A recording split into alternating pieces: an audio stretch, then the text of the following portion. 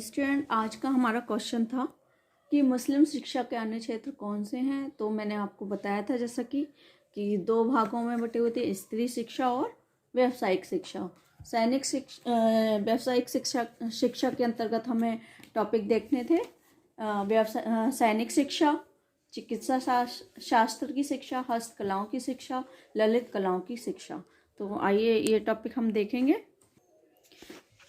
हम इसका आंसर देखने से पहले सबसे पहले मैं कहना चाहूँगी, जो लोग नए हैं हमेशा की तरह सब्सक्राइब कर दीजिए। और इसमें हम देखेंगे कि स्त्री शिक्षा, मुस्लिम शिक्षा थी उसमें स्त्री शिक्षा किस तरह की थी। तो इसमें क्या था, उस समय आपको पता है कि बहुत ज़्यादा पर्दा प्रथा थी। मतलब आज भी मुसलमानों में पर्दा प्रथा है। तो उसके कारण क्या हुआ कि शिक्षा पर बहुत प्रभाव पड़ा। मतलब अब जैसे जहाँ पर्दा नहीं है तो वहाँ तो बड़ी एज में भी लड़कियां जा सकती हैं, पढ़ सकती हैं, हर जगह जा सकती हैं। लेकिन इनके यहाँ बहुत ज़्यादा पर्दा होता था। तो उस चक्कर में जो कम उम्र की लड़कियां थी उन्हें तो शिक्षा प्राप्त करने का अधिकार था, लेकिन कुछ एज तक ही, कुछ आयु तक ही। उसके बाद उनकी शिक्षा को रोक दिया जाता था, उन पर रोक लगा दी जाती थी। क्यों? क्योंकि वहाँ पर्दा होता था और वो लोग नहीं चाहते थे कि हमारी लड़कियों को कोई और देखे। तो वहाँ पे रोक लगा दी जाती थी। मध्यम वर्गीय जो थे, मध्यम वर्गीय की जो बालिकाएं थी या लड़कियां थी, उनको ज़्यादा अवसर प्राप्त थे कि वो शिक्षा प्राप्त कर सकें। वो मकतबों में ना जाकर अपने घर पर ही शिक्षा प्राप्त करने का अधिकार था उन्हें। मतलब उनको ये था कि वो अपनी सुविधा के अनुसार घर पर ही मौलवी आदि को बुलाकर शिक्षा प्राप्त कर सकती थी। ऐसे ही उस समय क्या हुआ था, एक मालवा के शासक हुआ करते थे। मालवा के शासक, क्या नाम था उनका, गयासुद्दीन तुगलक। ये शासक होते थे मालवा के। ये हुए थे और इन्होंने सन 1469 से 1500 नहीं 1469 से इनका शासन 1500 तक इन्होंने शासन किया था। तो उन्होंने क्या किया, सारंगपुर में सभी वर्ग की बालिकाओं के लिए मदरसे की स्थापना की थी इन्होंने, कि वहाँ पर सारी ही वर्ग की बालिकाएं उस मदरसे में छात्रा ग्रहण कर सकती हैं। और बालिकाओं को क्या, नृत्य, संगीत, सिलाई, कढ़ाई, बुनाई, बढ़ईगिरी, सुनारगिरी, लोहारगिरी, जूते बनाने का या मखमल बनाने आदि का, या युद्ध कला, रण क्षेत्र कला की शिक्षा, सारी जितनी भी थी वो सारी शिक्षाएं दी जाती थी। राजघरानों व कुलीन परिवारों की बालिकाओं को शिक्षा उनके घर पर ही दी जाती थी उस टाइम, क्योंकि बहुत ज़्यादा ये लोग पर्दा प्रथा को मानने वाले थे। शिक्षा प्राप्त करने वाली कुछ राजकुमारियों के नाम भी हैं हालांकि उस समय की, लेकिन अधिकतर बालिकाओं को शिक्षा प्राप्त करने में कठिनाई होती थी। मतलब जो कुलीन वर्ग थी या फिर राजघराने थे, उनको तो शिक्षा प्राप्त हो जाती थी क्योंकि उनके घर पे ही पढ़ाने आते थे, या उन्हें ये अधिकार थे कि वो जा सकती हैं। लेकिन और जो ऐसी थी गरीब, उनको नहीं थी। उस समय की जो राजकुमारियां हैं, आपने नाम सुने होंगे, इल्तुतमिश की पुत्री थी रजिया सुल्ताना, चांद सुल्ताना, बाबर की पुत्री थी गुलबदन बेगम, हुमायूं की भतीजी थी सलीमा सुल्ताना, जहांगीर की पत्नी नूरजहां, औरंगजेब की पुत्री थी जैबू निसा बेगम। तो इनके नाम बहुत प्रसिद्ध, मतलब बहुत प्रसिद्ध हैं और बहुत विदुषी एक तरह से कह सकते हैं। लेकिन फिर भी इनकी तुलना में जो सामान्य स्त्रियों की संख्या थी, सामान्य स्त्रियों की ऐसी संख्या थी जो बहुत अशिक्षित थी, इनकी तुलना में ज़्यादा अशिक्षित महिलाएं थी उस समय। तो उस समय की शिक्षा इसीलिए ज़्यादा प्रभावित हुई कि वहाँ तब पर्दा प्रथा को ये लोग बहुत ज़्यादा मानते थे। तो आइए इसके बारे में देखते हैं हम लोग, फिर आगे देखते हैं और समझा दूंगी। स्त्री शिक्षा, डॉक्टर FEKE के शब्दों में, पर्दा प्रथा ने जिसने छोटी बालिकाओं के अलावा सब मुसलमान स्त्रियों को एकांत में बंद रखा, उनकी शिक्षा को महान कठिनाई का कारण बना दिया। मतलब यही है कि पर्दा प्रथा को एक तरह से ये लोग जिम्मेदार मानते हैं कि उस समय की बालिकाओं की शिक्षा पर बहुत गहरा प्रभाव पड़ा। यहाँ यही चीज़ है कि उसे मतलब शिक्षा ग्रहण करने का अधिकार नहीं था एक आयु के बाद, वही चीज़ बताते हैं। पर्दा प्रथा के कारण केवल छोटी आयु की बालिकाएं मक्तबों में जाकर बालकों के साथ विद्या का अर्जन करती थीं, पर उन्हें कुछ ही समय के बाद यह कार्य स्थगित करना पड़ता था। उनको उच्च शिक्षा की सुविधाएं उपलब्ध नहीं थी, क्योंकि राज्य या समाज की ओर से उनके लिए पृथक शिक्षा संस्थाओं की कोई व्यवस्था नहीं की गई थी। फलस्वरूप निम्न और निधन वर्गों की बालिकाएं या तो ज्ञान प्राप्ति से के लाभ से वंचित रह जाती थीं, या उनका ज्ञान अत्यंत अल्प, पढ़ने और लिखने तक ही सीमित रह जाता था। तो यही चीज मैंने आपको बताई है। अभी आगे देखते हैं। मध्य वर्ग की बालिकाओं को शिक्षा के अधिक अवसर प्राप्त थे। वे विद्या अध्ययन के लिए सामान्य मक्तबों में ना जाकर व्यक्तिगत रूप से स्त्रियों द्वारा अपने घरों में चलाए जाने वाले मक्तबों में जाकर विभिन्न विषयों का ज्ञान प्राप्त कर लेती थी। इस संबंध में डॉक्टर यूसुफ हुसैन ने लिखा है, निजी घरों में बालिकाओं को धार्मिक शिक्षा प्रदान करने के लिए मक्तब थे, जहां अधिक आयु की महिलाएं उनको कुरान, गुलिस्तां, वोस्ता और सदाचार की पुस्तकें पढ़ाती थी। मतलब वही है कि जो वैसे घर की महिलाएं थी तो उन्हें वो घर पर आकर भी पढ़ा देती थी। मालवा के शासक, देखिए अभी मैंने आपको बताया था, मालवा के शासक गयासुद्दीन तुगलक ने, जिसने सन 1469 से 1500 तक शासन किया, सारंगपुर में सभी वर्गों की बालिकाओं के लिए एक मदरसे की स्थापना की गई। फरिश्ता के अनुसार, एक मिनट, इस मदरसे में बालिकाओं को नृत्य, संगीत, सिलाई, बुनाई, बढ़ईगिरी, सुनारगिरी, लोहारगिरी, जूते बनाने, मखमल बनाने, युद्ध कला, रणक्षेत्र कला आदि की शिक्षा दी जाती थी। उनकी शिक्षा का भार उनके अभिभावकों को वहन करना पड़ता था, अतः केवल धन संपन्न व्यक्ति ही अपनी बालिकाओं को इस विद्यालय में अध्ययन के लिए भेज पाते थे।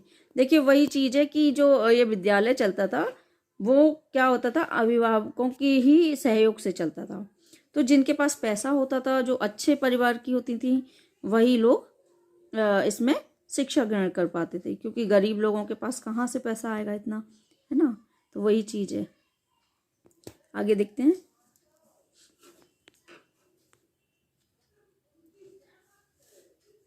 राजघरानों, कुलीन परिवारों की बालिकाओं और स्त्रियों को उनके निवास स्थानों पर ही व्यक्तिगत रूप से शिक्षा दी जाती थी। उनको धर्म एवं साहित्य के अतिरिक्त नृत्य, संगीत और अन्य ललित कलाओं की भी शिक्षा दी जाती थी। इस प्रकार शिक्षा प्राप्त करने वाली अनेक मुस्लिम राजकुमारियों के नाम आज भी गर्व से स्मरण किए जाते हैं, जैसे अल्तुतमिश। देखिए ये गलत नाम छपा हुआ है और कोई बात नहीं है, इसे सही कर लीजिएगा। मेरे ख्याल में ये अल्तुतमिश ही है, या तो अल्तुतमिश, पता नहीं, जो भी है इसे देख लेंगे। कि पुत्री, चक्कर क्या, हर किताब में ये नाम अलग छपा हुआ है, किसी में इल्तुतमिश है, किसी में अल्तुतमिश है। तो आप लोग देख लीजिएगा, क्रॉस चेक कर लीजिएगा। मेरी जो पुरानी किताब थी उसमें ये इल्तुतमिश लिखा हुआ था। कि पुत्री रजिया सुल्ताना अपनी विद्वता के लिए विख्यात थी। दक्षिण की वीरांगना चांद सुल्ताना को तुर्की, अरबी, फारसी और मराठी भाषाओं पर समान अधिकार था। बाबर की पुत्री गुलबदन बेगम की कृति हुमायूंनामा इतिहास की अमूल्य निधि मानी जाती है। हुमायूं की भतीजी सलीमा सुल्ताना, जहांगीर की पत्नी नूरजहां और औरंगजेब की पुत्री जैबुनिसा बेगम सभी विदुषी महिलाएं थीं। उक्त महिलाओं के अतिरिक्त और भी अनेक सुशिक्षित स्त्रियां थीं, किंतु इनकी तुलना में उन सामान्य स्त्रियों की संख्या कहीं अधिक थी जो अशिक्षित थीं। वस्तुस्थिति यह थी कि जबकि राजघरानों और कुलीन परिवारों की स्त्रियों में शिक्षा का प्रचलन था, सामान्य स्त्रियों में शिक्षा का प्रसार नहीं हुआ, अतः वे शिक्षा से रंच मात्र भी लाभान्वित नहीं हुई। इसी तथ्य को ध्यान में रखते हुए डॉक्टर F.E. केई ने लिखा है, मुसलमान स्त्रियों के विशाल सामान्य समूह को पारिवारिक कर्तव्यों को करने के लिए घरेलू प्रशिक्षण के अलावा किसी भी प्रकार की कोई शिक्षा प्राप्त नहीं हुई। तो ये हमारा था स्त्री शिक्षा, जो कि मुस्लिम शिक्षा के अंतर्गत टॉपिक में आ रहा है। ये शिक्षा के अन्य क्षेत्र है, मुस्लिम शिक्षा के अन्य क्षेत्र में स्त्री शिक्षा का टॉपिक था। आगे देखते हैं व्यावसायिक शिक्षा। दिल्ली के सुल्तानों और मुगल सम्राटों को व्यावसायिक शिक्षा के प्रति किसी न किसी रूप में कम या अधिक रुचि अवश्य थी। ऐसी परिस्थिति में व्यावसायिक शिक्षा का विकास होना स्वाभाविक था। हम इसके महत्वपूर्ण अंगों पर प्रकाश डाल रहे हैं। सबसे पहला पॉइंट है हमारा सैनिक शिक्षा। भारत के सब मुस्लिम शासकों का लक्ष्य अपने राज्य को स्थायी और सुदृढ़ बनाना था। विदेशी और विधर्मी होने के कारण वे भारतीयों को सदैव शंका की दृष्टि से देखते थे। उन पर अपना प्रभुत्व स्थापित करने और बनाए रखने के लिए मुस्लिम शासकों को समय समय पर हिंदू राजाओं से युद्ध करने पड़ते थे। बहुत ब्लर हो रहा है, क्यों नहीं दिखाई दे रहा है। ऐसी परिस्थिति में मुस्लिम शासकों द्वारा सैनिक शिक्षा पर बल दिया जाना आवश्यक था। यह शिक्षा साधारण सैनिकों और राजकुमारों के लिए भिन्न प्रकार की थी।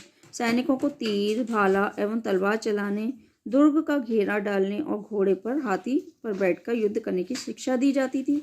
मुगल काल में उनको गोली चलाने का भी प्रशिक्षण दिया जाता था। राजकुमारों को इन सभी बातों के अतिरिक्त सेना के संचालन, संगठन और नेतृत्व का विशेष प्रशिक्षण दिया जाता था। यहाँ यह बता देना असंगत न होगा कि सैनिक शिक्षा के लिए प्रशिक्षण संस्थाएं नहीं थीं। यह शिक्षा राज्य के अनुभवी सैनिकों द्वारा दी जाती थी। तो ये व्यावसायिक शिक्षा के अंतर्गत हमारा पहला टॉपिक था, सैनिक शिक्षा। आइए आगे देखते हैं। वो तो है ही, जब अपना कोई भी राजा होगा वो अपना राज्य स्थायी और सुदृढ़ बनाना चाहेगा तो उसके लिए सैनिक शिक्षा बहुत ज़रूरी है। जब हमारा सैनिक जो हैं वो हमारे एकदम सुसंगठित होंगे और अच्छे होंगे और प्रशिक्षित होंगे, तभी तो जीत बोल पाएगा ना कोई भी राजा। चलिए आगे देखते हैं। चिकित्सा शास्त्र की शिक्षा। चिकित्सा शास्त्र की उपयुक्त शिक्षा देने के लिए संस्कृत के ग्रंथों का फारसी में अनुवाद किया गया।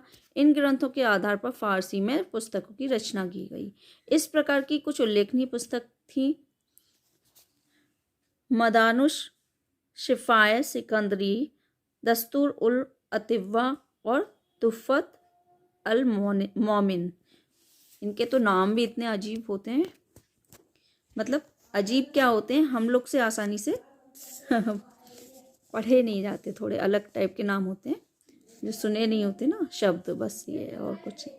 चलिए आगे देखते हैं।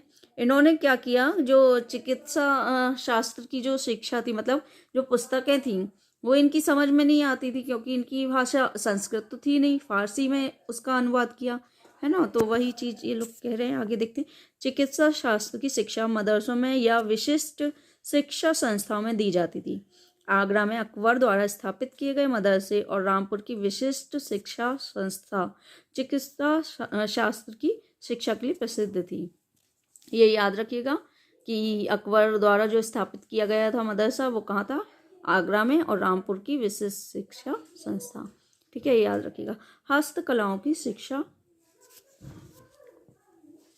अधिकांश मुस्लिम शासक ऐश्वर्य और विलासिता का जीवन व्यतीत करते थे, अतः इस जीवन की आवश्यकताओं से संबंधित सभी हस्तकलाओं की आश्चर्यजनक उन्नति हुई। इस प्रकार की मुख्य कलाएं थीं कशीदाकारी, जरी, लकड़ी एवं हाथी दांत का काम, दरी, पर्दे, जूते, रेशम, मलमल एवं आभूषण बनाना आदि।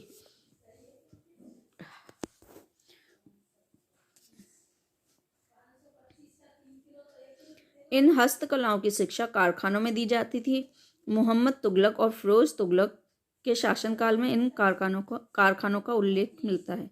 अकबर के समय में सब कारखाने दीवाने वरतात नामक सरकारी विभाग की अधीनता में थे। इन कारखानों के विषय में जाफर ने लिखा है, भारत में हजारों कारखाने थे जिनमें लड़कों को बहुधा विशिष्ट कलाओं और दस्तकारियों में शिक्षा प्राप्त करने के लिए किसी व्यवसाय के शिल्पकार का शिष्य बना दिया जाता था। ललित कलाओं की शिक्षा। लगभग सभी मुस्लिम शासक सौंदर्य के उपासक थे। और अपने महलों एवं दरवाजों की शोभा में वृद्धि करने के लिए उत्कंठित रहते थे। फलस्वरूप ललित कलाओं का अभूतपूर्व विकास हुआ। इन कलाओं में अग्रांकित को उच्चतम स्थान प्राप्त था। संगीत, चित्रकला और नृत्य कला, इन कलाओं का प्रशिक्षण कारखानों में वंशानुगत रूप में और व्यक्तिगत रूप में उस्तादों द्वारा दिया जाता था। तो ये था हमारा आज का टॉपिक, जो कि शिक्षा के अन्य क्षेत्र थे, ये इसके अंतर्गत आए हैं। ये टॉपिक आप लोग अच्छे से देख लीजिए, रीड कर लीजिए, समझ लीजिए। जो ना समझ आए बता दीजिएगा, और जो नए हैं सब्सक्राइब कर दीजिए, लाइक किया कीजिए। आप लोग लाइक नहीं करते हैं, कमेंट नहीं करते हैं। कैसे भी कमेंट करिए, कोई दिक्कत नहीं है। नेगेटिव कीजिए, पॉजिटिव कीजिए, पता तो चले कि आप लोग क्या सोचते हैं। कोई भी कमी हो वो बताइए, मैं उसमें सुधार करूँगी। Thanks for watching.